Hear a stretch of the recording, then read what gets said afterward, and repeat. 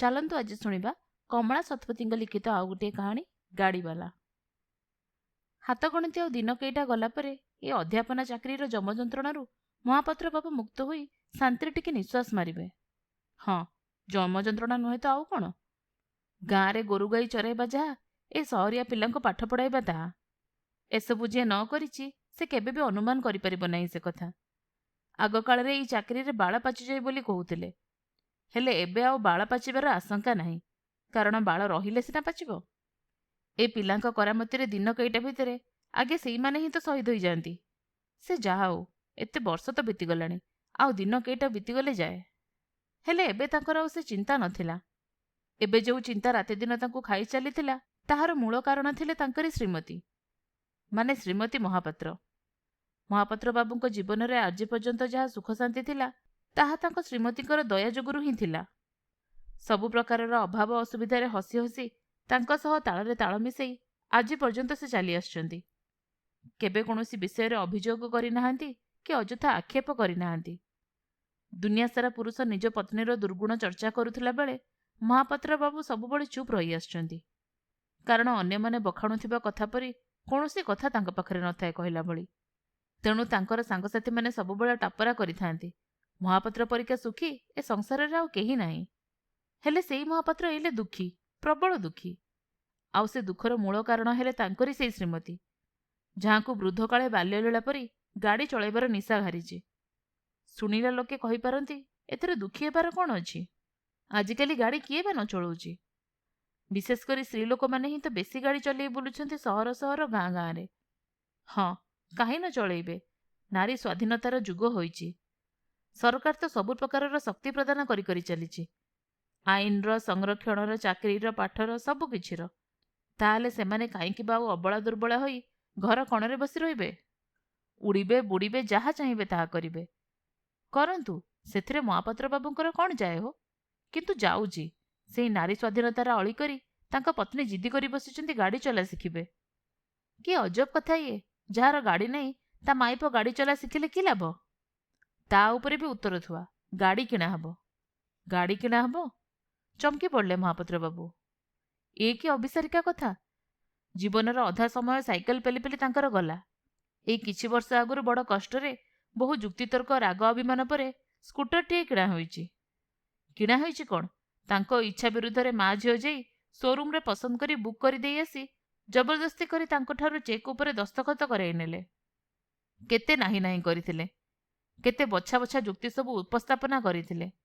ଯଥା କଲେଜ ହତା ଭିତରେ ସବୁ ଦରକାରୀ ଅଦରକାରୀ ଜିନିଷ ମିଳିଯାଉଛି ଯେତେବେଳେ ସ୍କୁଟରର ଆବଶ୍ୟକତା ଆଉ କ'ଣ ଅଛି? ସାଇକେଲ ଚଲାଇବାକୁ ଆଜିକାଲି ଡାକ୍ତର ସମସ୍ତଙ୍କୁ ପରାମର୍ଶ ଦେଉଛନ୍ତି, ଏଥିରେ ସ୍ୱାସ୍ଥ୍ୟ ଭଲ ରହିବ, ଇତ୍ୟାଦି ଇତ୍ୟାଦି। ହେଲେ କେହି କିଛି ଶୁଣି ନଥିଲେ। ତଳ କୋର୍ଟରେ ହିଁ ମାମଲା ରଫାଦଫା କରିଦିଆଗଲା। ସେଇଠୁ ପୁଅ ଯାଇ ସ୍କୁଟର ନେଇ ଆସିଲା, ଆଉ ଜବରଦସ୍ତି କରି କିଛି ପରିମାଣରେ ଧମକାଧମକି କରି ଚଲେଇବାଟା ଶିଖେଇ ବି ଦେଲା। ପ୍ରଥମେ କିଛି ଦିନ କାଳ ତ ମହାପାତ୍ର ବାବୁ ଏ ଅଯଥା ଖର୍ଚ୍ଚ ପାଇଁ ବାରମ୍ବାର ନିଜର ଅସନ୍ତୋଷ ପ୍ରକାଶ କରିଥିଲେ। ପରେ ପରେ କିନ୍ତୁ ତାଙ୍କୁ ନିଜକୁ ଭଲ ଲାଗିଲା, ଆଉ ସୁବିଧାଜନକ ବି। ସେଇଟା ଅବଶ୍ୟ ଅଲଗା କଥା ଯେ ଏହି ଭଲ ଲାଗିବା କଥାଟା ସେ ଆଜି ପର୍ଯ୍ୟନ୍ତ କାହା ଆଗରେ ପ୍ରକାଶ କରିନାହାନ୍ତି। ବରଂ ବେଳ ଅବେଳରେ ତାଙ୍କୁ କରାଯାଇଥିବା ଏହି ଜବରଦସ୍ତି ପାଇଁ ସମସ୍ତଙ୍କୁ ପଦେ ଅଧେ କଡ଼ା କଥା ଶୁଣେଇ ଦେବାରେ ସେ କେବେ ହେଳା କରିନାହାନ୍ତି। ଯାହାକୁ ଏ କାନରେ ପୁରାଇ ସେ କାନରେ ବାହାର କରିଦେଇଛନ୍ତି ସମସ୍ତେ। ଏବେ ପିଲାମାନେ ଯେଝା ବାଟରେ ଯେଝା ଚାଲିଗଲେଣି। ଘରେ ମାମୁଁ ମାଇଁ ଦୁଇ ପ୍ରାଣୀ, ବିଶେଷ କୁଆଡ଼େ ଯିବାର ନାହିଁ କି ଆସିବାର ନାହିଁ। ଆଉ ଏତିକି ବେଳେ ଶ୍ରୀମତୀଙ୍କ ମୁଣ୍ଡକୁ ଏ ଅଦ୍ଭୁତ ଖିଆଲ ପଶିଛି ନା କ'ଣ, ବହୁତ ହେଇଗଲା ସ୍କୁଟର ଚଢ଼ା। ଜୀବନ ସାରା ହାତରୁ ପାଟି ଯାଇ ନେଇ ନେଇ ହିଁ ଚଳି ଆସିଛନ୍ତି। ସଉକି କ'ଣ, ମୌଜ ମଜଲିସ କ'ଣ, କିଛି ଜାଣିନାହାନ୍ତି। ତେଣୁ ସେ ଏବେ ଗୋଟେ ଗାଡ଼ି କିଣିବେ। ଖାଲି ସେତିକି ନୁହେଁ, ତାକୁ ଚଲେଇବା ବି ଶିଖିବେ। କି ଅଜବ କଥା! ଜୀବନ ସାରା ଡଙ୍କି କରଚୁଲି ଧରିଥିବା ହାତ ଏଇଲେ ଷ୍ଟିଅରିଂ କେମିତି ବୁଲାଇବ? ତା ଛଡ଼ା ଏତେଗୁଡ଼ିଏ ପଇସା ଖର୍ଚ୍ଚ କରି ଗାଡ଼ିଟିଏ ପୋଷିବାର ଯଥାର୍ଥତା କ'ଣ? ଶ୍ରୀମତୀଜୀଙ୍କର କଡ଼ା ଯୁକ୍ତି ଥିଲା, ଆଜିକାଲି କ୍ଲର୍କଠାରୁ ଚପରାସୀ ପର୍ଯ୍ୟନ୍ତ ସମସ୍ତେ ଗାଡ଼ି ଚଢ଼ୁଛନ୍ତି, ଆଉ ତୁମେ ତାଙ୍କରି ଆଗରେ ସ୍କୁଟର ପେଲି ପେଲି ଯିବ? ସେଇଟା ମୋତେ ଭଲ ଲାଗୁନି। ଏଥିରେ ଭଲ ଲାଗିବା ନ ଲାଗିବାରେ ମାନେ କ'ଣ ଅଛି? ଯାହା ପାଖରେ ଯାହା ଅଛି ସେ ତାହା ଚଢ଼ିବ। ଏଥିରେ ଖରାପ ଲାଗିବା କଥା କୋଉଠୁ ଆସିଲା? ନା, ସେ କଥା ମୁଁ କିଛି ଶୁଣିବିନି। ଆମର ଗୋଟେ ଗାଡ଼ି କିଣାଯିବ, ତାହା ହିଁ ଶେଷ କଥା। ଏତେ ପଇସା କୁଆଡ଼ୁ ଆସିବ? ସମସ୍ତଙ୍କ ପାଖରେ ପଇସା ଅଛି, ଖାଲି କ'ଣ ଆମରି ପାଖରେ ନାହିଁ? ସେ ବେହେରାଟା ଜୁନିୟର କଲେଜରେ ସାମାନ୍ୟ ଲେକ୍ଚରଟେ। ତା ପାଖରେ ଏତେ ପଇସା କୋଉଠୁ ଆସିଲା ଯେ ସେ ଚକଚକିଆ ନୂଆ ଗାଡ଼ିଟେ କିଣି ପକାଇଲା? ଆଉ ତା ସ୍ତ୍ରୀ ଗଗଲ୍ସ ପିନ୍ଧି କାନିକୁ ଛଡ଼ି ମୋତେ ହାତ ହଲେଇ ହଲେଇ ଚାଲିଯାଉଛି। ତାରି ଆଗରେ ପରିବା ବ୍ୟାଗ୍ ଉଠେଇ ଝାଳନାଳ ହୋଇ ଚାଲି ଚାଲି ଆସିବାକୁ ମୋତେ ଭଲ ଲାଗୁନାହିଁ। ମୋର କ'ଣ କିଛି ଇଜ୍ଜତ ମହତ ନାହିଁ? ଗୋଟାଏ ପ୍ରଫେସରର ସ୍ତ୍ରୀ ହେଇକି ବି ସେମାନଙ୍କଠୁ ମୁଁ ହୀନ? କହୁ କହୁ ଶ୍ରୀମତୀ ତାଙ୍କ ଅବ୍ୟର୍ଥ ତୀରକୁ ତୁଣିଲରୁ ବାହାର କରି ପକାଇଲେ। ଆଶ୍ଚର୍ଯ୍ୟ ଲାଗେ ମହାପାତ୍ର ବାବୁଙ୍କୁ, ଏ ସ୍ତ୍ରୀ ଲୋକମାନଙ୍କ ପାଖରେ ଲୁହର ଷ୍ଟକ୍ ଏତେ କେମିତି ରହିଥାଏ କେଜାଣି? ଯେତେବେଳେ ଚାହିଁବେ ଗଦେଇ ପକେଇବେ ମନ ଇଚ୍ଛା। ଛାଡ଼, ୟା ପରେ ଆଉ କହିବାକୁ ଶୁଣିବାକୁ କିଛି ନଥିଲା। ଏ ସଙ୍କଟରୁ ଉଦ୍ଧାର ପାଇବାକୁ କୌଣସି ସର୍ଟକଟ୍ ରାସ୍ତା ତାଙ୍କୁ ଦିଶୁନଥିଲା। ଗାଡ଼ି ବଦଳରେ ଅନ୍ୟ କିଛି, ମାନେ ଶାଢ଼ୀ ଗହଣା କିଣିଦେଇ ପତ୍ନୀକୁ ସନ୍ତୁଷ୍ଟ କରିବାର ଚେଷ୍ଟା ସେ କରିଲେ ସତ, ହେଲେ ସଫଳତାର ମାତ୍ରା ଶୂନରୁ ଉପରକୁ ଉଠି ପାରିଲା ନାହିଁ। ଏହି ଦୁର୍ଦ୍ଦିନରେ ଘୃତ ସଂଯୋଗ କରିବା ପାଇଁ ଶ୍ରୀମତୀଙ୍କର ଗାଁଆଳିଆ ଭାଇ ଆସି ପହଞ୍ଚିଗଲା, ଯିଏ ଏଇ ସଦ୍ୟ ସଦ୍ୟ ରାଜନୀତିରେ ଯୋଗ ଦେଇଛି। ତାକୁ ଦୁଆର ମୁହଁରେ ଦେଖିବା ମାତ୍ରେ ମହାପାତ୍ର ବାବୁ ପ୍ରମାଦ ଗଣିବାକୁ ଲାଗିଲେ। କାରଣ ପୂର୍ବ ଅଭିଜ୍ଞତା ଅନୁସାରେ ସେ ଯେବେ ବି ଆସିଛି, ତା ଯିବା ପରେ ପରେ ତାଙ୍କ ଘରେ ଛୋଟକାଟର ଘୂର୍ଣ୍ଣିବାୟୁକୁ ଉଠେଇ ଦେଇଯିବାର ସବୁ ଯୋଜନାକୁ କାର୍ଯ୍ୟକାରୀ କରିଦେଇ ଯାଇଛି। ତାଙ୍କ ମନକୁ ଆସିଲା ଏଇ ଗାଡ଼ି ଚଢ଼ିବାର ଘୂର୍ଣ୍ଣିବାୟୁ ବି ତାରି ପ୍ରଦତ୍ତ ହୋଇଥିବ ନିଶ୍ଚୟ। କାରଣ ଏଇ କଥା ଉଠିବାର 2-4 ଦିନ ପୂର୍ବରୁ ହିଁ ସେ ଆସିଥିଲା ଘରକୁ। ଭାଇ ଭଉଣୀ କିଛି ଗୋଟେ ଜୋରସୋରରେ ଆଲୋଚନା କରୁଥିବାର ମହାପାତ୍ର ବାବୁ ଦେଖିଥିଲେ। ଏପରିକି ଗାଡ଼ି ଶବ୍ଦଟା 2-3 ଥର ଉଚ୍ଚାରିତ ହେଲା ପରି ତାଙ୍କର ମନେ ପଡ଼ୁଛି। ତେବେ କଥାଟାକୁ ସେତେବେଳେ ଏତେ ବେଶୀ ଗୁରୁତ୍ୱ ଦେଇନଥିଲେ ସେ। ଏଇଲେ ତାଙ୍କର ଦୃଢ଼ ବିଶ୍ୱାସ ହେଇଗଲା ଯେ ନିଶ୍ଚୟ ଶ୍ରୀମତୀଙ୍କ ମୁଣ୍ଡରେ ଏ ଗାଡ଼ିର ଭୂତକୁ ତାଙ୍କର ଏଇ ରାଜନୀତିଆ ଶଳା ହିଁ ପୂରେଇଛି। ମହାପାତ୍ର ବାବୁଙ୍କ ଚିନ୍ତାରେ ପୂର୍ଣ୍ଣଚ୍ଛେଦ ପକାଇ ଶ୍ରୀମତୀ ଘର ଭିତରକୁ ପଶି ଆସିଲେ। ତାଙ୍କ ପଛେ ପଛେ ଥିଲେ ତାଙ୍କର ଗୁଣମନ୍ତ ଭାଇ। 2 ଜଣଙ୍କର ମୁହଁ 1000 ପାୱାର ବଲ୍ଠାରୁ ବି ଅଧିକ ଦପଦପ ହେଉଥିଲା। ମହାପାତ୍ର ବାବୁ ପ୍ରମାଦ ଗଣିବାକୁ ଲାଗିଲେ। ଆସନ୍ନ ବିପଦର ବାସ୍ନା ବାରିପାରି ସତର୍କ ହୋଇଗଲେ।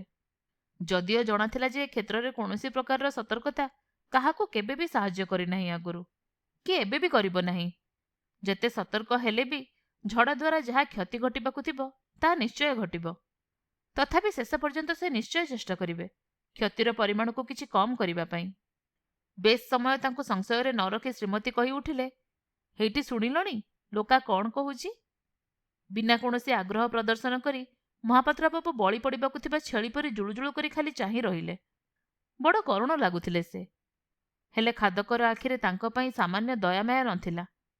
ତାଙ୍କର ମାନସିକ ଅବସ୍ଥାକୁ ଟିକେ ବି ଗୁରୁତ୍ୱ ନ ଦେଇ ଶ୍ରୀମତୀ କହିଲେ, ଲୋକା କହୁଛି ଗାଡ଼ି ଚଳାଇବାକୁ ଶିଖିବାର ଅଛି ତ ପୁରୁଣା ଗାଡ଼ି କିଣ, ମାନେ ସେକେଣ୍ଡ ହ୍ୟାଣ୍ଡ। ପ୍ରଥମେ ନୂଆ ଗାଡ଼ି କିଣି ପକାଇଲେ ଚଲେଇ ଶିଖିବା ଭିତରେ ଗାଡ଼ିଟା ପୁରା ଖରାପ ହେଇଯିବ। ତା ଛଡ଼ା ଗାଡ଼ିକୁ କଣ୍ଟ୍ରୋଲ କରିବା ବି କଠିନ ହେବ। ତେଣୁ ସମସ୍ତେ ଆଗେ ସେକେଣ୍ଡ ହ୍ୟାଣ୍ଡ ଗାଡ଼ି ହିଁ କିଣନ୍ତି। ଭଲ କରି ହାତଟା ସେଟ୍ ହେଇଗଲା ପରେ ଯାଇ ନୂଆ ଗାଡ଼ି କିଣିବ। ହେଲେ ପୁରୁଣା ଗାଡ଼ି କେଉଁଠୁ ଆସିବ? ମହାପାତ୍ର ବାବୁଙ୍କର ଏଇ ନିର୍ବୋଧ ପ୍ରଶ୍ନରେ ନିଜ ପାନଖିଆ ଦାନ୍ତକୁ ଦେଖେଇ ଖିଁ ଖିଁ କରି ହସି ଲୋକା କହିଲା, କେଉଁଠୁ ଆସିବ କ'ଣ, ତୁମେ କିଣିବ? ହଁ, ସେ କଥା ମୁଁ ଜାଣିଛି ଯେ, ହେଲେ କାହାଠାରୁ ପୁରୁଣା ଗାଡ଼ି କିଣାଯିବ? ସେ ଗାଡ଼ିର କଣ୍ଡିସନ ଭଲ ଥିବ କି ନାହିଁ କେମିତି ଜଣାପଡ଼ିବ? ମାନେ ପୁରୁଣା ଜିନିଷର ଡରଟା ତ ସବୁବେଳେ ନିଶ୍ଚୟ ରହିବ। ସେଇ ବିଷୟରେ ତୁମର ଚିନ୍ତା କରିବା ଆଦୌ ଦରକାର ନାହିଁ। ନିଜ ଭଉଣୀ ଭିଣେଇଙ୍କ ପାଇଁ ଲୋକା କ'ଣ ଏତିକି କରିପାରିବ ନାହିଁ? ନିତିଦିନ କେତେ ଲୋକଙ୍କର କେତେ ପ୍ରକାରର କାମ କରିଦେଉଛି, ଆଉ ତୁମ ପାଇଁ ସାମାନ୍ୟ କାମଟା କରିପାରିବେ ନାହିଁ ନା କ'ଣ? ମୋ ଜାଣତରେ ଏମିତି କେତେ ଲୋକ ଅଛନ୍ତି ଯେଉଁମାନେ ନିଜ ଗାଡ଼ି ବିକିବାକୁ ଚାହାନ୍ତି। ସେମାନଙ୍କ ଗାଡ଼ି ଆଗେ ଦେଖିସାରି ପସନ୍ଦ କରିସାର, ତାପରେ ମୂଲଚାଲ କରି ତୁମ ପାଇଁ ଗୋଟେ ଭଲ ଗାଡ଼ି ମୁଁ କିଣେଇ ଦେବି। ହେଲେ ସେମାନେ ଗାଡ଼ି ବିକିବାର କାରଣ କ'ଣ ନ ଜାଣିଲେ? କଥାଟା ତାଙ୍କର ପାଟିରେ ହିଁ ରହିଗଲା। ତା ପୂର୍ବରୁ ଚିହିଁକି ଉଠି ଲୋକା କହିଲା, ତୁମ ମାଷ୍ଟରିଆ ବୁଦ୍ଧିକୁ ସବୁଆଡ଼େ ଲଗାଅ ନାହିଁ ଭାଇନା। ତୁମର ଗାଡ଼ି କିଣିବାର ଅଛି, ସେମାନଙ୍କର ବିକିବାର ଅଛି। କାହିଁକି ବିକିବେ, କେମିତି ବିକିବେ, କୋଉଠୁ ବିକିବେ, ଏତେ କଥାରେ ଆମର ମୁଣ୍ଡ ଖେଳାଇବା କ'ଣ ଦରକାର? ଟିକିଏ ଅପମାନ ଅନୁଭବ କଲେ ମହାପାତ୍ର ବାବୁ। ଲୋକର ଉକ୍ତିଟା ତାଙ୍କୁ ଭାରି ବାଧିଲା। ତାଙ୍କ ନିଜ ପାଇଁ ଯେତେ ନୁହେଁ, ତାଙ୍କ ବୃତ୍ତି ପାଇଁ ସେତେ। ତେବେ କିଛି ପଦେ କହି ଆହୁରି ଅପମାନ ସହିବା ଅପେକ୍ଷା ଚୁପ୍ ରହିବା ହିଁ ସେ ଉଚିତ ମଣିଲେ।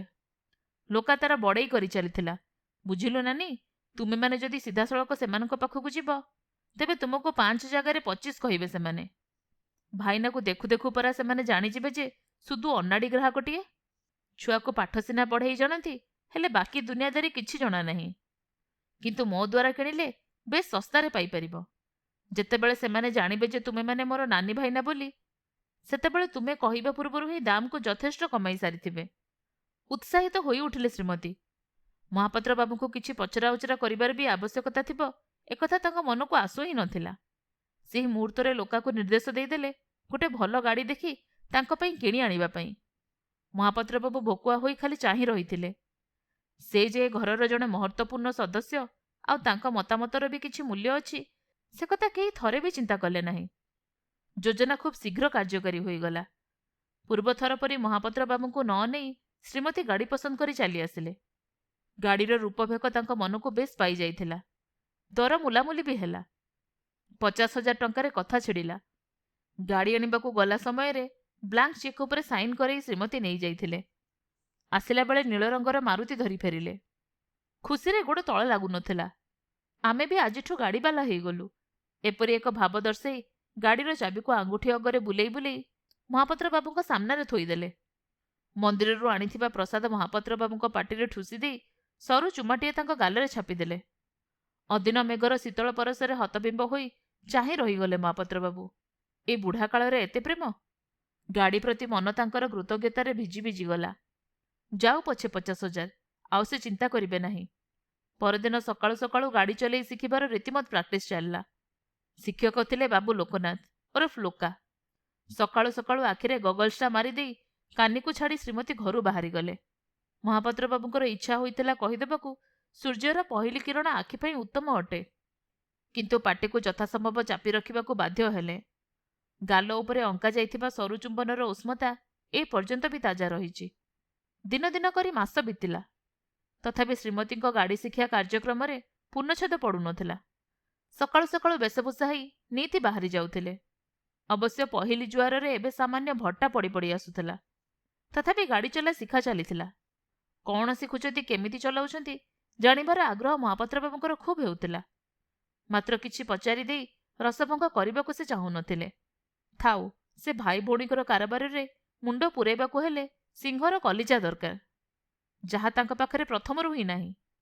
ହଠାତ୍ ଦିନେ ମହାପାତ୍ର ବାବୁ କଲେଜ ବାହାରିଲା ବେଳକୁ ଶ୍ରୀମତୀ ଘୋଷଣା କଲେ ଯେ ଆଜି ତାଙ୍କୁ ସେ କଲେଜ ଛାଡ଼ିବାକୁ ଯିବେ। ହା କରି ମହାପାତ୍ର ବାବୁ ପତ୍ନୀକୁ ଚାହିଁ ରହିଗଲେ। ସତେ କଣ ଗାଡ଼ି ଚଲାଇବା ପରି ଏକ ଦୁଃସାଧ୍ୟ କାର୍ଯ୍ୟକୁ ତାଙ୍କ ପତ୍ନୀ ଅକ୍ଳେଶରେ ଅକ୍ତିଆର କରିପାରିଛନ୍ତି? ତାଙ୍କ କଥାବାର୍ତ୍ତାରୁ ତ ସେଇଆ ଲାଗୁଥିଲା, ତଥାପି ବିଶ୍ୱାସ କରିପାରୁନଥିଲେ। ଯେ ସାଇକେଲର ହ୍ୟାଣ୍ଡେଲକୁ ଠିକ୍ ଭାବରେ ଧରି ନାହିଁ ଆଜି ପର୍ଯ୍ୟନ୍ତ, ସେ କେମିତି ଗାଡ଼ିର ଷ୍ଟିଅରିଂକୁ ବୁଲେଇ ବଙ୍କେଇ ପାରିବ? ତେବେ କଥାର ସତ୍ୟାସତ୍ୟକୁ ପରୀକ୍ଷା କରିବା ନିହାତି ଦରକାର। ଆଉ ତାହା କରିବାକୁ ହେଲେ ପତ୍ନୀଙ୍କ ସହିତ ଗାଡ଼ିରେ ବସିବାକୁ ହିଁ ହେବ। କିନ୍ତୁ ଯଦି କିଛି ଅଘଟଣ ଘଟିଲା ତ? ଭଲ ହୁଅନ୍ତା ଯଦି ପ୍ରଥମରୁ ଅନୁକୂଳ ହିଁ ବିଗିଡ଼ି ଯାଆନ୍ତା, ମାନେ ଗାଡ଼ି ଷ୍ଟାର୍ଟ ହିଁ ନ ହୁଅନ୍ତା। ମାତ୍ର ତାଙ୍କର ସବୁ ଆଶଙ୍କାରେ ପୂର୍ଣ୍ଣଚ୍ଛେଦ ପକାଇ ପତ୍ନୀ ଗାଡ଼ିକୁ ଗୋଟେ ଥରରେ ଷ୍ଟାର୍ଟ କରିଦେଲେ। ତାଙ୍କ ଆଶାର ବିପରୀତ ଗାଡ଼ିର ଘୁଁ ଘୁଁ ଶବ୍ଦ ତାଙ୍କ କାନକୁ ବଡ଼ ସଙ୍ଗୀତମୟ ଶୁଭିଲା। ବିଭୋର ହୋଇ ଉଠିଲେ ମହାପାତ୍ର ବାବୁ। ଯାହା ହଉ, ପତ୍ନୀ ଜିଦି କଲେ ବୋଲି ସିନା ଗାଡ଼ିଟିଏ କିଣିପାରିଲେ ସେ। ମନେ ମନେ ପତ୍ନୀ ଆଉ ତା ଭାଇକୁ ଧନ୍ୟବାଦ ଜଣାଇଦେଲେ ମହାପାତ୍ର ବାବୁ। ତାପରେ ପତ୍ନୀଙ୍କ ପାଖ ସିଟ୍ରେ ଯାଇ ବସି ପଡ଼ିଲେ। ଗୌରବରେ ମୁହଁ ତାଙ୍କର ଚକଚକ୍ କରି ଉଠିଲା। ନାରୀମାନେ କେତେ ଉନ୍ନତି କରିଗଲେଣି ସତରେ। ତାଙ୍କ ପତ୍ନୀ ପରି ସିଧା ସିଧା ଘରୋଇ ସ୍ତ୍ରୀ ଲୋକଟିଏ ଯଦି ଏ ବୟସରେ ବି ଗାଡ଼ି ଚଲେଇବା ଶିଖିପାରିବ, ତେବେ ଆଜିକାଲିକା ଝିଅମାନେ କ'ଣ ନ କରିପାରିବେ? ଖୁସିରେ ହୃଦୟ ତାଙ୍କର ଗଦଗଦ କରି ଉଠିଲା। ପତ୍ନୀ ଧୀରେ ଧୀରେ ଗାଡ଼ିକୁ ଆଗକୁ ବଢ଼ାଇ ଦେଲେ। 20ରୁ 25 କିଲୋମିଟର ବେଗରେ ଗାଡ଼ି ଆଗକୁ ବଢ଼ିବାକୁ ଲାଗିଲା। ଆଖିରେ ଗଗଲ୍ସ ଲଗେଇ, କାନ୍ଧରେ ନୂଆ ଭ୍ୟାନିଟି ବ୍ୟାଗ୍ ପକାଇ ଗମ୍ଭୀର ମୁଦ୍ରାରେ ବସି ପତ୍ନୀ ଗାଡ଼ି ଚଲାଉଥିଲେ। ଧ୍ୟାନ ପୂରାପରି ସାମ୍ନା ରାସ୍ତା ଉପରେ କେନ୍ଦ୍ରୀଭୂତ ଥିଲା। ମିନିଟ୍କୁ 20 ଥର ହର୍ଣ୍ଣଟିକୁ ବଜାଇ ପକାଉଥିଲେ। କୁକୁର, ବିଲେଇ, ମଣିଷ ଆଦିକୁ ଖଣ୍ଡେ ବାଟରୁ ଦେଖିଦେଇ ଗାଡ଼ିକୁ ଅଟକେଇ ଅଟକେଇ ଚଲାଉଥିଲେ। ଆଉ ମଝିରେ ମଝିରେ ପ୍ରଶଂସା ଶୁଣିବାର ମୁଦ୍ରା କରି ମହାପାତ୍ର ବାବୁଙ୍କ ଉପରୁ ନଜର ବୁଲେଇ ଆଣୁଥିଲେ। ମହାପାତ୍ର ବାବୁଙ୍କ ନଜରରେ ଭରି ରହିଥିବା ପ୍ରଶଂସାର ଭାବ ପ୍ରକାଶର ଆବଶ୍ୟକତା ମଣୁନଥିଲା। ହଁ, ମୁଁ ମାନିଗଲିର ନୀରବ ସ୍ୱୀକୃତି ତାଙ୍କ ଆଖିରୁ ସ୍ପଷ୍ଟ ପଢ଼ି ହେଉଥିଲା। ସେହି ସ୍ୱୀକୃତିକୁ ପଢ଼ିବାରେ ଅନ୍ୟମନସ୍କ ହୋଇ ଉଠିଥିବା ପତ୍ନୀ ଚମକି ପଡ଼ିଲେ ହଠାତ୍, ଯେତେବେଳେ ସାଇଁ କରି ଗୋଟେ ସ୍କୁଟର ତାଙ୍କ ସାଇଡ୍ ମାରି ଆଗକୁ ବଢ଼ିଗଲା। ବ୍ରେକ୍ ଲଗାଉ ଲଗାଉ ଗାଡ଼ି ଯେ ସ୍କୁଟରର ଏକଦମ ପାଖରେ ପହଞ୍ଚିଗଲା। ଚମକି ଉଠିଲେ ଆରୋହୀ 2 ଜଣ। ବୁଲି ପଡ଼ି ସେମାନେ କିଛି କହିବା ପୂର୍ବରୁ ମହାପାତ୍ର ବାବୁଙ୍କୁ ଆଶ୍ଚର୍ଯ୍ୟଚକିତ କରିଦେଇ ମାଛିକୁ ମ ନ କହୁଥିବା ପତ୍ନୀ ହଠାତ୍ ପାଟି କରି ଉଠିଲେ, ଏମିତି କ'ଣ ସ୍କୁଟର ଚଲାଉଛ? ଚଲେଇ ଆସୁନି ଯଦି ଘରେ ବସିକି ରୁହ, ରାସ୍ତାକୁ ବାହାରିବା କ'ଣ ଦରକାର? ଗର୍ଜି ଉଠିଲେ ସ୍କୁଟରରେ ବସିଥିବା ଟୋକା 2 ଜଣ। ଭୁଲ ଆମର ନା ତୁମର? ବ୍ରେକ୍ ଉପରେ ଗୋଡ଼ ନଥାଇ ଏସ୍କେଲେଟର ଚାପୁଛ, ଆଉ କହୁଛ ନା କ'ଣ ଆମକୁ ଚଲେଇ ଆସୁନି? ବଞ୍ଚିଗଲୁ ଠାକୁରଙ୍କ ଦୟାରୁ, ନହେଲେ ଏଇଲା ଆମର ରାମନାମ ସତ୍ୟ ହୋଇଯାଇଥାନ୍ତା। ଶ୍ରୀମତୀ ସେମାନଙ୍କୁ ଆଉ କିଛି କହିବାକୁ ଉଦ୍ୟତ ହେଉଥିଲେ। ତା ପୂର୍ବରୁ ମହାପାତ୍ର ବାବୁ ସ୍କୁଟର ଆରୋହୀଙ୍କୁ ସରି କହିଦେଇ ଗାଡ଼ିକୁ ଆଗକୁ ନେଇଯିବାକୁ ପତ୍ନୀଙ୍କୁ ଇସାରା କଲେ। ଗାଡ଼ିକୁ ଆଗକୁ ବଢ଼ାଇ ଦେଲେ ସତ, ହେଲେ ରାଗରେ ଫାଟି ପଡ଼ୁଥିଲେ ସେତେବେଳେ। ସ୍କୁଟର ଆରୋହୀଙ୍କ ବଦଳରେ ମହାପାତ୍ର ବାବୁଙ୍କ ଉପରେ ବର୍ଷିଯାଇ କହିଲେ, ତୁମେ କାହିଁକି ସରି କହୁଥିଲ? ତୁମ ଲାଗି ସେମାନଙ୍କୁ ଆଜି ମୁଁ ଛାଡ଼ିଦେଲି, ନହେଲେ ଭଲ କରି 2-4 ପଦ ଶୁଣେଇ ଦେଇଥାନ୍ତି। ଲୋକା କହିଛି, ଗାଡ଼ି ଚଲାଇବା ବେଳେ ରାସ୍ତାରେ ଯାହା ବି କିଛି ହେଲେ ଆଦୌ ଡରିଯିବ ନାହିଁ, ବରଂ ସାମ୍ନାବାଲାଠୁ ଅଧିକ ଜୋରରେ ପାଟି କରି କଥା କହିବ, ନହେଲେ ସମସ୍ତେ ତୁମକୁ ହିଁ ଦୋଷ ଦେବେ। ହାଁ କରି ଚାହିଁ ରହିଗଲେ ମହାପାତ୍ର ବାବୁ। ଏ କ'ଣ ସତରେ ତାଙ୍କରି ପତ୍ନୀ? ବିଶ୍ୱବିଦ୍ୟାଳୟରେ ପହଞ୍ଚିଲା ବେଳକୁ ପତ୍ନୀ ଆଉ ଟିକେ ସଜାଡ଼ି ହୋଇ ବସିଗଲେ। ବୋଧହୁଏ ତାଙ୍କ ସାଙ୍ଗସାଥୀ ଅବା ଛାତ୍ରଛାତ୍ରୀଙ୍କୁ ନିଜ କରାମତି ଦେଖାଇ ଦେବାକୁ ଚାହୁଁଥିଲେ। ସ୍କୁଟରବାଲାଙ୍କ ସହିତ ମୁହାଁମୁହିଁ ହେଲା ପରଠାରୁ ମହାପାତ୍ର ବାବୁ ଟିକେ ଶଙ୍କି ଯାଇଥିଲେ। ଅଳ୍ପ ଅଳ୍ପ ଭୟ ମନରେ ଗଜୁରି ଉଠୁଥିଲା। ପତ୍ନୀଙ୍କ ଯୋଗ୍ୟତା ଉପରେ ଆଉ ଗର୍ବ ନ ହୋଇ ଏଇଲେ ବରଂ ଚିନ୍ତା ବଢ଼ି ଯାଇଥିଲା। ସତରେ ଏହାପରେ ସେ ଆଉ ସ୍ୱଚକ୍ଷୁରେ ଦୁନିଆର ସୁନ୍ଦରତାକୁ ଦେଖିପାରିବେ ନାହିଁ କି ବୋଲି ତାଙ୍କର ସନ୍ଦେହ ହେଉଥିଲା। ମନେ ମନେ ନିଜକୁ ଧିକ୍କାର ବି କରୁଥିଲେ ଯେ କାହିଁକି ଗାଡ଼ିରେ ବସିବାକୁ ସେ ରାଜି ହୋଇଯାଉଥିଲେ। ଯାହା ହଉ ଶେଷରେ ନିଜ ଡିପାର୍ଟମେଣ୍ଟ ଆଗରେ ସହି ସଲାମତରେ ସେ ପହଞ୍ଚିଗଲେ। ଏଇଲେ ପତ୍ନୀ ଘରକୁ ଫେରିବେ, କେମିତି ଫେରିବେ ସେ କଥାକୁ ନେଇ ତାଙ୍କୁ ବଡ଼ ଚିନ୍ତା ଲାଗୁଥିଲା। କିନ୍ତୁ ପତ୍ନୀ ଏପରି ଭାବ ପ୍ରଦର୍ଶିତ କଲେ ଯେପରି ତାଙ୍କଠାରୁ ବଳିକି ଭଲ ଗାଡ଼ି ଚାଳକ ମହାପାତ୍ର ବାବୁ ଜୀବନରେ କେବେ ଦେଖିନଥିବେ। ଧୀରେ ଧୀରେ ଗାଡ଼ି ବୁଲେଇ ଆଣିଲେ ସେ। ଆହା, କିଏ ଗୋଟେ ସାଇକେଲଟେ ରଖିଦେଇଥିଲା ସେଠି। ଶ୍ରୀମତୀଙ୍କର ସବୁ ସାବଧାନତା ସତ୍ତ୍ୱେ ସେଇ ସାଇକେଲରେ ଯାଇ ଗାଡ଼ିଟା ଜୋରରେ ପିଟି ହୋଇଗଲା। ବୁଢ଼ା ୱାଚମ୍ୟାନ୍ ହାଁ ହାଁ କରି ଦୌଡ଼ି ଆସିଲା। ତାକୁ ଦେଖୁ ଦେଖୁ ଶ୍ରୀମତୀ ଗର୍ଜି ଉଠିଲେ, ଏମିତି ରାସ୍ତା ମଝିଟାରେ କିଏ ରଖିଛି ସାଇକେଲଟାକୁ? କେମିତିଆ ୱାଚମ୍ୟାନ୍ ତୁମେ? ତୁମକୁ କ'ଣ ଏତିକି ଦିଶୁନି? ମୋ ଗାଡ଼ିରେ ପିଟି ହେଇଗଲା ନା? ୱାଚମ୍ୟାନ୍ ବୋକା ପରି ଚାହିଁ ରହିଗଲା। କ'ଣ କହୁଛନ୍ତି ମ୍ୟାଡାମ୍? ଗାଡ଼ି ବୁଲେଇ ନ ପାରି ସାଇକେଲକୁ ଦୋଷ? ତାର ସେ ଅସନ୍ତୁଷ୍ଟିଆ ଦୃଷ୍ଟିକୁ ଗୋଟେ ଫୁରେ ଉଡ଼େଇ ଦେଇ ଶ୍ରୀମତୀ ପୁଣି ଗାଡ଼ି ଆଗକୁ ନେଇ ପଛକୁ ଜୋରରେ ବୁଲେଇ ପକାଇଲେ। ହେଲେ ସେଇଟା ଅମାନିଆ ପିଲାଟିଏ ପରି ସିଧା ଯାଇ ଫୁଟପାଥ ଉପରେ ଚଢ଼ିଗଲା। ୱାଚମ୍ୟାନ୍ ଛାଟିପିଟି ହୋଇ ସେଇଠୁ ଦୌଡ଼ି ପଳାଇଲା। ପ୍ରାଣଟା ବଞ୍ଚିଗଲା ବୋଲି ବୋଧେ ଠାକୁରଙ୍କୁ ଧନ୍ୟବାଦ ଜଣାଉଥିଲା ଦୌଡ଼ୁ ଦୌଡ଼ୁ। ମହାପାତ୍ର ବାବୁ ମୁଣ୍ଡରେ ହାତ ଦେଇଦେଲେ। ଶ୍ରୀମତୀ ଯେ ଘରେ ଯାଇ ସହି ସଲାମତରେ ପହଞ୍ଚିବେ ତାହାକୁ ନେଇ ସନ୍ଦେହ ହେଉଥିଲେ ବି ପାଟି ଖୋଲି ପାରିଲେ ନାହିଁ ସେ। ଭୟ ଲାଗୁଥିଲା ନୂଆ କରି ହୋଇଥିବା ଗାଡ଼ି ମାଲିକାଣୀର ତେବରକୁ ଦେଖି। କିନ୍ତୁ ସେଇ ପାଖରେ ଠିଆ ହୋଇଥିବା ବାଳୁଙ୍ଗା ପିଲାଗୁଡ଼ାକ ବା କାହିଁ ଭୟ କରିବାକୁ ଯିବେ? ଗାଡ଼ିର ଚକ ଫୁଟପାଥ ସନ୍ଧିରେ ପଶି ଘୁଁ ଘୁଁ ହେଉଥିବାର ଦେଖି ମ୍ୟାଡାମଙ୍କୁ ଶୁଣେଇ ଶୁଣେଇ କହିଲେ, ଏ ଫୁଟପାଥଟା ଏବେ କେହି ରଖିଦେଇ ନାହିଁ, ଏଇଟା ଆଗରୁ ସେଇଠି ଥିଲା। ଫେଁ କରି ହସି ପକାଇଲେ ଆଉ ଦଳେ ପିଲା। ରାଗରେ ଗରଗର ହୋଇ ଶ୍ରୀମତୀ ଗାଡ଼ିକୁ ଆଗକୁ ବଢ଼ାଇ ଦେଲେ। ମହାପାତ୍ର ବାବୁଙ୍କ ଉପର ନିଶ୍ୱାସ ଉପରେ ଆଉ ତଳ ନିଶ୍ୱାସ ତଳେ ରହିଗଲା ଥ ମାରି। ହଲି ଦୋହଲି ଗାଡ଼ିଟା ଆଗକୁ ଆଗକୁ ବଢ଼ି ଚାଲି ଯାଉଥାଏ। କିଏ ଜାଣେ ଘରେ ଆଜି ଠିକ୍ଠାକ୍ ପହଞ୍ଚି ପାରିବେ ନା ନାହିଁ। ରାସ୍ତାରେ ଆଉ କାହା କାହା ଉପରେ ତାଙ୍କ ଗାଡ଼ି ଚଢ଼ିବ କି କ'ଣ ହବ ସେ କିଛି ଭାବି ପାରୁନଥିଲେ। ତାଙ୍କର ମୁଣ୍ଡକୁ ଏଇଲେ ଖାଲି ଗୋଟିଏ କଥା ପଶିଥିଲା, ଏଇ ଦିନ କେଇଟା ଭିତରେ ତାଙ୍କ ପତ୍ନୀ ଏତେ ବଦଳିଗଲେ କେମିତି? ଉଚ୍ଚ ସ୍ୱରରେ କଥା ନ କହୁଥିବା ପତ୍ନୀ ତାଙ୍କର ଏଇଲେ କଥାରେ କଥାରେ ଦୁର୍ଗାମୂର୍ତ୍ତି ଧାରଣ କରି ପକାଇ ସମସ୍ତଙ୍କୁ ଏପରି ହେୟ ଦୃଷ୍ଟିରେ ଦେଖୁଛନ୍ତି କାହିଁକି? କ'ଣ ଜଣେ ଗାଡ଼ିବାଲା ହୋଇଗଲେ ବୋଲି? ଏତେ ବଡ଼ ଆଶ୍ଚର୍ଯ୍ୟର କଥା ତାଙ୍କରି ଜୀବନରେ ଘଟିଲା କେମିତି? ନା, ଆଶ୍ଚର୍ଯ୍ୟ ଖାଲି ସେତିକି ନଥିଲା, ଘରେ ତାଙ୍କ ପାଇଁ ଆହୁରି ବଡ଼ ଆକାରରେ ଅପେକ୍ଷା ବି କରିକି ରହିଥିଲା। ସେଦିନ ସନ୍ଧ୍ୟାରେ ଘରକୁ ପଶୁ ପଶୁ ପତ୍ନୀ ସଗର୍ବରେ କହି ଉଠିଲେ, କ'ଣ ଦେଖିଲ ତ ମୋ ଡ୍ରାଇଭିଂ? ଭଲ ଚଲଉଛି ନା? ପୁରା ପ୍ରାକ୍ଟିସ୍ ତ ମୋର ହେଇଗଲାଣି। ଏଥର ଲୋକା କହୁଛି ନୂଆ ଗାଡ଼ି କିଣିବାକୁ। ଏଇ ଗାଡ଼ିଟାକୁ ଗୋଟେ ଭଲ ଦାମରେ ସେ ବିକି ଦେଇପାରିବ। ହେଲେ ତା ପୂର୍ବରୁ ଆମକୁ ଡିସାଇଡ୍ କରିବାକୁ ପଡ଼ିବ କୋଉ କମ୍ପାନୀର ଗାଡ଼ି ଆମେ କିଣିବା। ଆଉ ଟିକକ ପରେ ଲୋକା ଆସିବ ବୋଲି କହିଛି। ତମେ ରେଡି ହେଇଯାଅ, ଗାଡ଼ି ଦେଖିବାକୁ ଯିବା। ୟା ପରେ ମହାପାତ୍ର ବାବୁଙ୍କ ମାଷ୍ଟ୍ରିଆ ବୁଦ୍ଧି ଆଉ କ'ଣ କହିପାରିବ? ତାଙ୍କୁ ବା କି ଜଣା ତାଙ୍କ ପାଇଁ ହସିବା କି କାନ୍ଦିବା କୋଉଟା ଠିକ୍ ରହିବ ଏବେ ଜୀବନ ସାରା। ତାଙ୍କ ମୁଣ୍ଡରେ ତ ଆଉ କିଛି ପଶୁନଥିଲା। ତାଙ୍କୁ ଖାଲି ଶୁଭୁଥିଲା ସେଇ ବାଳୁଙ୍ଗା ପିଲାଗୁଡ଼ାକର ଖେଁ ଖେଁ ହସ। ସେମାନେ ବୋଧେ ତାଙ୍କ ପରିକା ନୂଆ ଗାଡ଼ିବାଲାକୁ ହିଁ ଦେଖି ହସୁଥିଲେ। ଆପଣମାନେ ଶୁଣୁଥିଲେ କମଳା ଶତପଥୀଙ୍କ ଲିଖିତ ଗୋଟେ କାହାଣୀ ଗାଡ଼ିବାଲା।